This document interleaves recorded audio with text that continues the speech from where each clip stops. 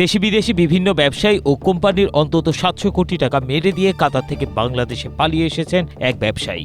ইকবাল তামজু মিয়া ওরফে নাজিম মোল্লা নামে ওই ব্যবসায়ী চট্টগ্রামের পাঁচলাইশ থানাধীন ১৬ শহর এলাকার বাসিন্দা।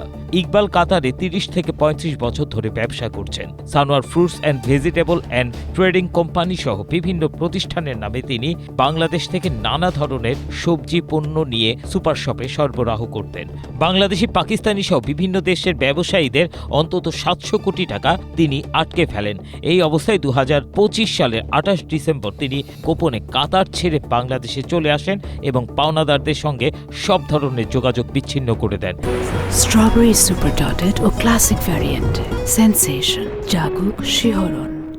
এদিকে ইকবালের এমন প্রতারণায় কাতারে প্রবাসী বাংলাদেশিরা বিপদে পড়েছেন। সেখানে দেশের ভাবমূর্তি যেমন নষ্ট হয়েছে, তেমনি ওই ব্যবসায়ীর সঙ্গে সম্পর্কিত বিভিন্ন ব্যবসা প্রতিষ্ঠানের সহস্রাধিক চাকুরিজীবী ও ব্যবসায়ীরা অনিশ্চয়তায় দিন কাটাচ্ছেন।